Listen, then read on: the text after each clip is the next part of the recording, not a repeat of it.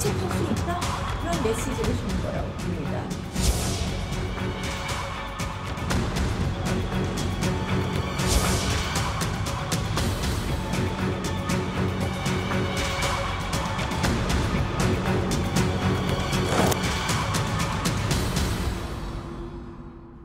네, 청와대 조혜주 중앙선거관리위원회 위원 임명을 두고 자유한국당이 2월 임시국회 보이콧을 선언하면서 국회 일정이 사실상 전면 중단됐습니다.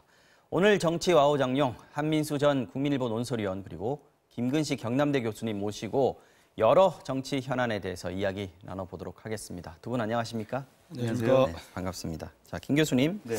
어제 임명장이 수혜가 됐습니다. 어제 오후에요. 곧바로 자유한국당이 2월 임시국회 못하겠다 이렇게 보이콧 선언을 했습니다. 이유가 뭡니까?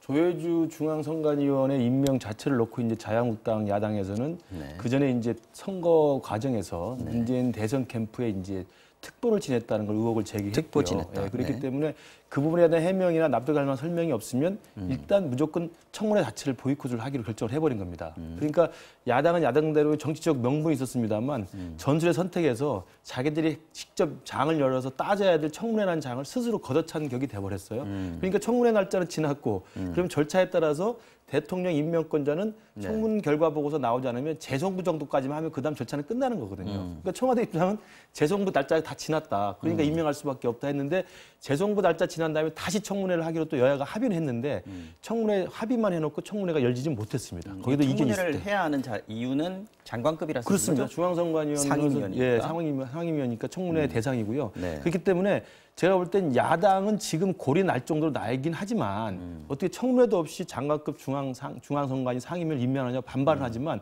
그 원인 제공을 자기들이 먼저 했다는 면도 좀 있습니다. 그러니까요. 그래서 여야 간에 지금 서로 팽팽한 기싸움을 하고 있는데 저는 이 부분에 대해서 서로 간에 좀 납득할 만한 좀 지혜를 모아서 돌파구를 만들어야지 또 강대강으로 맞부딪히면 2월 임시국회 하려면 괜히 우리 민생법안 쌓여 있고 국민들만 굉장히 손해를 보는 거거든요. 네. 지금은 강대강입니다. 청와대 말씀하셨지만 청와대가 인사청문회를 계속 요청했다는 거 아닙니까? 그런데 이제 청문회 자체를 지금 보이콧을 했기 때문에 청와대는 기간 지나서 어쩔 수 없이 지금 상임위원 자리 계속 비워둘 수 없으니까 임명을 했다. 이런 입장입니다. 그죠? 청와대 그 절차상에는 문제가 없습니다. 네. 실제로 지난해 12월 21일 날 이제 조혜주 인사청문 요청안을 국회에 냈고요. 네. 근데 이제 청문회 자체를 자유한국당이 이제 반대를 하죠. 근데 그 1차 기한을 넘깁니다. 네. 그래서 또 10일간의 기한을 두고 재송부 요청을 했습니다. 재송부 요청을 해야 그 되는군요. 11일 네. 기한을 채우고요. 한 번 거부하면 다시 재송부 그렇죠. 요청을 다시 하게 또 되고요. 요청을 합니다. 네. 대통령이 했는데 네.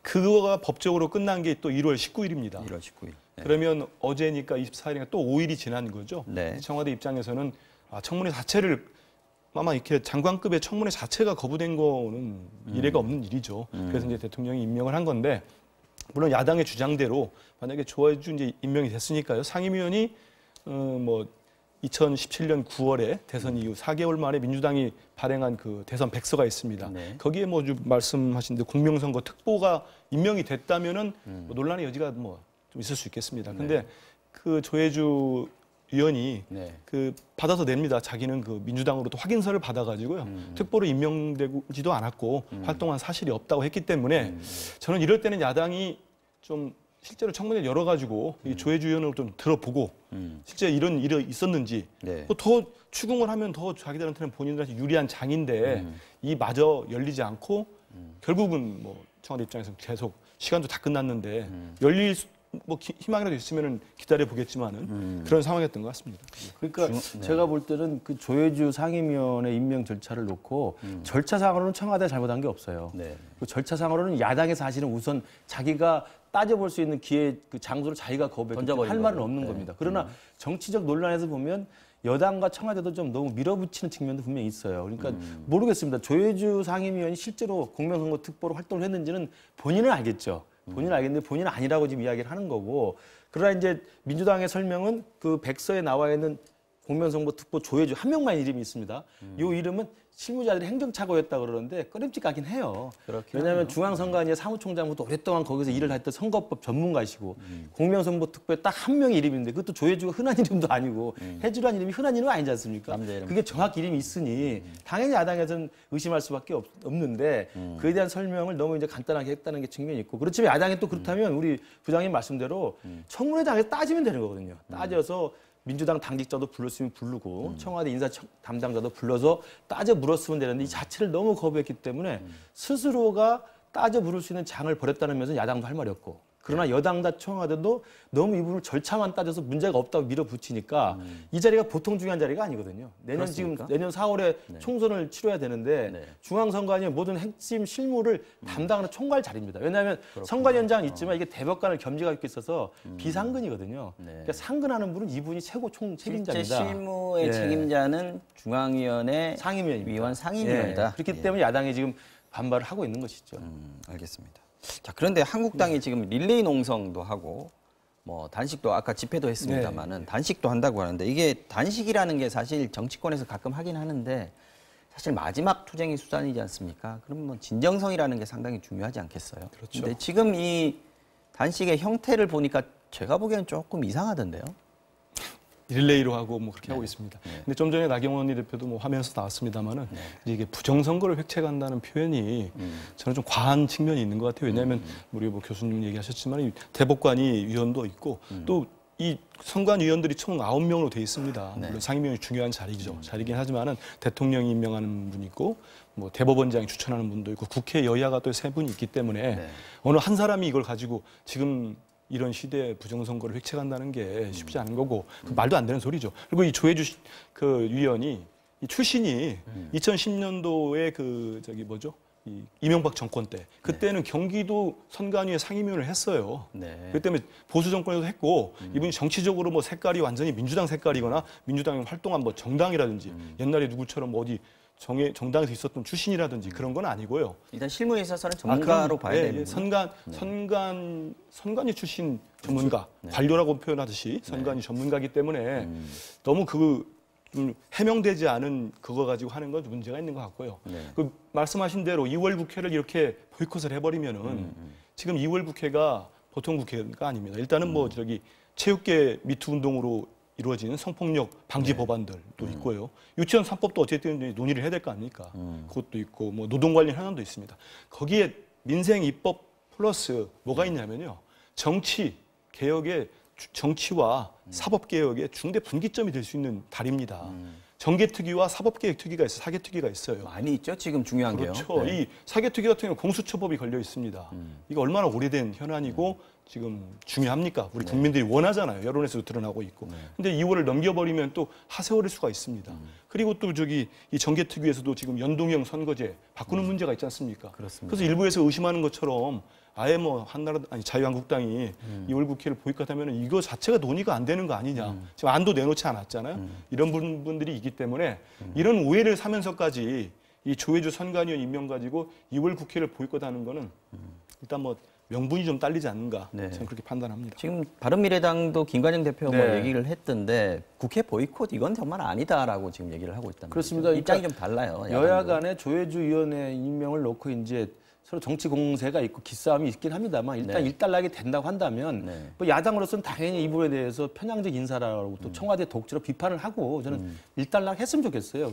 지금 자유한국당은 릴레이 농성을 한다는데 릴레이 농성하고 단식도 이어받게 단식을 하면 이게 단식이 5시간 반짜리 의미가 별로 단식이더라고요. 없어 보이거든요. 그러니까 정말 목숨을 건 단식을 최후의 투쟁으로 한다면 뭔가 심각한 거구나 생각하지만 그런 모습을 보이면 국민들이 봐도 그러면 한국당도 그냥 한번 보여주기식 농성을 하는 게 아닌가 생각이 들고 그러다 그런 보면 느낌이 들 우려가 있습니다. 그렇죠. 2월 달에 좀 산적해 있는 안들이 있어요. 특히 바른미래당은 왜 입장이 다르냐면 연동형 비례대표제 거의 사활을 걸고 지난번에 손학규 당대표가 사실 목숨을 걸고 단식을 하면서 따낸 거 아니겠습니까?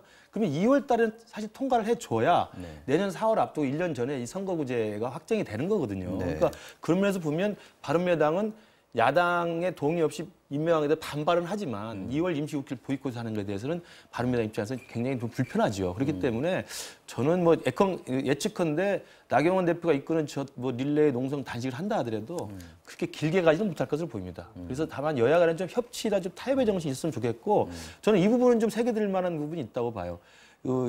한국당에서 오늘인가 어제 한 이야기 중에 네. 물론 임명을 할 수 있다고 볼 수 있지만 한 번도 정무수석이나 비서실장이 전화 한 통화 없었다. 그리고 내가 전화를 하면 콜백이 없었다라는 거거든요. 프로토콜 얘기를 하는 예, 그렇습니다. 그러니까 사실 적당히 좀 격식을 맞춰서 양해를 구했으면 넘어갈 수도 있는 사안인데 너무 그 부분도 서로 강대강으로 서로 기싸움으로 가지 않나 싶습니다. 예. 네, 뭐 김 교수 말씀대로 단식이라 하면 네. 최근에 손학규 대표처럼 네. 뭐 고령임에도 불구하고 단식하고 이정미 대표도 옆에서 했지 않습니까? 그런 단식이어야지 5시간 단식은 한 끼 굶는 건데 네.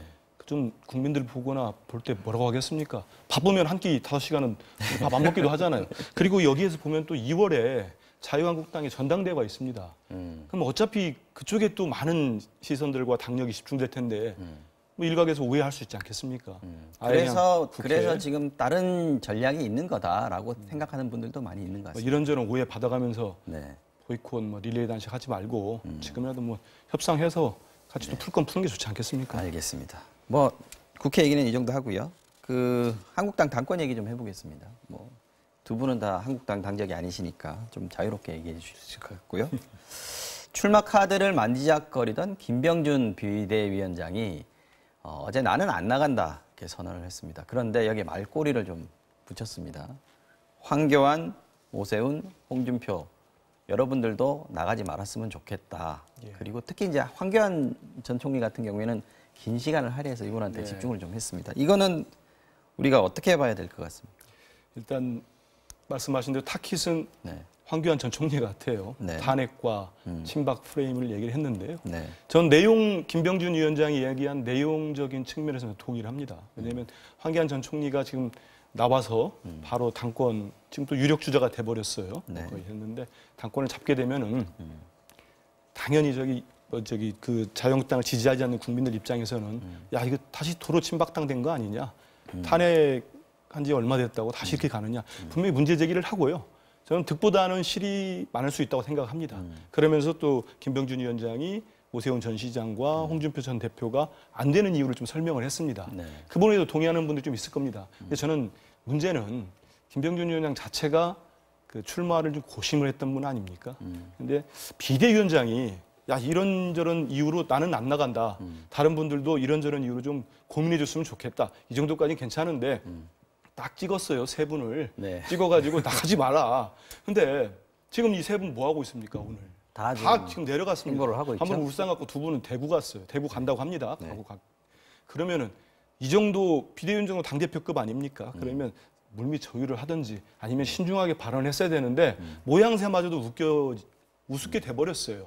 바로 내 갈 길 가겠다고 하고 다 뿔뿔이도 지금 더 부채질한 꼴이 돼버리지 않았나 싶어서 전당대회를 관리해야 되는 비대위원장이란 말이죠. 이분이 이제 후보들 보고 나오지 말라고 지금 얘기를 하는 건데 어떻게 보셨어요? 그러니까 이제 혁신 비대위원장이잖아요. 네. 그러니까 혁신 비대위원장이라는 본인의 이제 맡겨진 책무를 생각할 때 내가 그동안 몇 달 동안 고생해서 친박 좀 물도 뺐고 혁신의 좀 모양새도 만들어 놓고 나가는데 다시 황교안 전 총리가 와서 친박 프레임이 되니까 걱정스럽다는 우려는 충분히 이해가 가요. 네. 그 당원들 입에도 그런 시각이 있을 겁니다.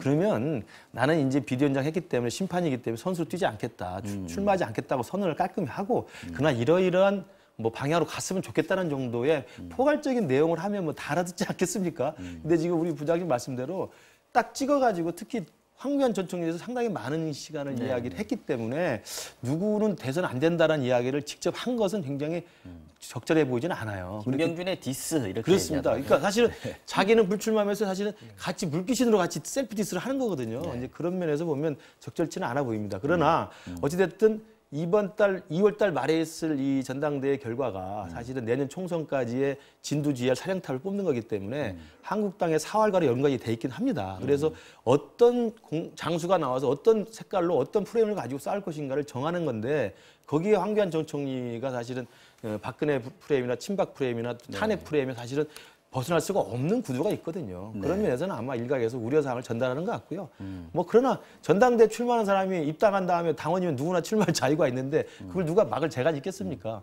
두고 봐야 될 것 같습니다. 얼마 전에 입당할 때 환영까지 했었어요. 네, 김병준 위원장. 김병준 위원장이 사실은 그 사무총장하고 김용태 사무총장하고 같이 황교안 전 총리를 영입한 분 아닙니까? 그렇죠.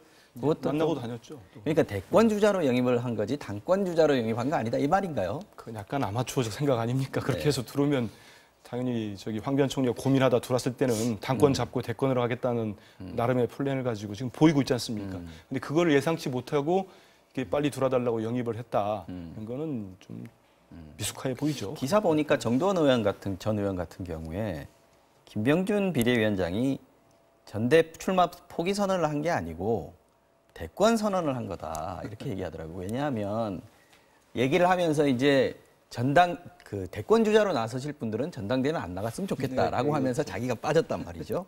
그렇게 되면 다른 분들도 대권 주자지만 당신도 대권 아니냐 이런 얘기인 것 같은데 이 얘기도 좀 일리가 있습니까? 어떻습니까? 김병준 비대위원장 무슨 생각하고 있을까요? 정두원 의원 저도 그 기사를 봤는데요. 네. 그렇게 생각도 할 수 있겠습니다만은 어제 봤을 때는 나도 대권 주자니까 너희들도 당신들도 대권 주자니까 나오지 말라 이렇게 해석하는 건 지금 현재로서는 좀 본인 생각은 있을 수 있습니다. 본인도 나도 대권 주자다 생각할 수 있겠지만 네. 본인이 생각하는 거하고 당원들과 많은 국민들이 생각하는 건 다를 것 같고요. 이번 이 얘기 때문에 이 자유한국당에 대해서 황교안 불가론이 꽤 커질 것 같아요. 그러면서 더 논란이 되고 뭐 이른바 이전 투구가 되고 하면은 이래서 황교안 만약에 예를 들어서 전 총리가 당권을 잡으면 내년 총선까지 순항할 수 있을까 그런 생각도 듭니다 사실. 네. 예. 홍준표 대표는 뭐 지금 아직 정말 공식적으로는 선언 안 했습니다만 움직이는 거나 말하는 걸로 봐서는 무조건 나온다고 봐야죠. 나올 생각이 굉장히 많은 것 같은데요. 네. 근데 이제 또 주위에 또 부정적 시각도 있죠. 그러니까 대선 후보였고 직접까지 당대표를 맡아가지고 지방선거를 책임지고 치렀는데 패배해서 패배의 책임을 지고 물러난 사람이잖아요. 근데 바로 또 당대표에 나온다는 것은 어떻게 보면 좀 염치가 없다는 생각이 분명히 있을 수 있고요. 그럼에도 불구하고 지금 홍준표 대통령이 계속 저울질을 하면서 명분을 만들어내는 게 똑같은 이야기입니다. 다시 친박 프로로 들어간 이 정당에 대해서는 안 된다. 도로 친박당에 대해서는 안 된다. 그리고 밖에 나가서 멀쩡한 당 깨고 나갔던 사람이 다시 들어와서는 안 된다. 이런 식의 이제 명분을 계속 만들어 나가면서 그러니까 내가 나가야 됐다는 이제 룸을 열어놓고는 있습니다. 근데 아마 아직까지 공식적인 출마 선언을 안 했기 때문에 저는 출마를 해야 된다는 명분과 출마를 하는 게 좀 지나치다라고 하는 또 다른 부담 속에서 계속 고민이 될 것 같고요. 만약에 홍준표 대표가 출마 선언을 해서 정말 3강 구도로 간다면 자유한국당의 이번에 당대표 선거는 아까 말씀하신 것처럼 예측 불허가 될 뿐만 아니라 당대표 선거 결과에 따라서는 내년 총선에 과연 어떻게 될지 긍정적 평가와 부정적 평가가 같이 나오고 있어서 일각에서 그런 이야기도 나옵니다. 누가 당대표가 되든 이런 판에서는 연말까지 이 당이 제대로 못 갈 것이다. 이런 비관적 전망이 나올 정도로 지금 사실상 온갖 신경이 좀 곤두서 있는 것으로 보입니다. 네. 제가 볼 때는 홍 전 대표가 오늘 대구 서문시장을 갑니다. 네. 되게 상징적인 데죠. 그렇죠. 특히 네. TK 정치인들 같은 경우. 어떤 예, 성기라고 그렇습니다. 그러죠. 네. 오늘 바로 가는 거 보면 물론 일정이야 예전에 잡을 수 있겠습니다만 저는 아무래도 출마 쪽에 조금 더 기울지 않아 싶기도 하고요. 물론 가서 여론을 보겠죠. 네. 근데 거기다가 역설적으로 어제 김병준 비대위원장의 톡 찍어서 나오지 말라는 게 더욱더 나오겠다는 생각을 좀 자극하지 않았을까 그런 생각도 해봅니다. 네, 알겠습니다.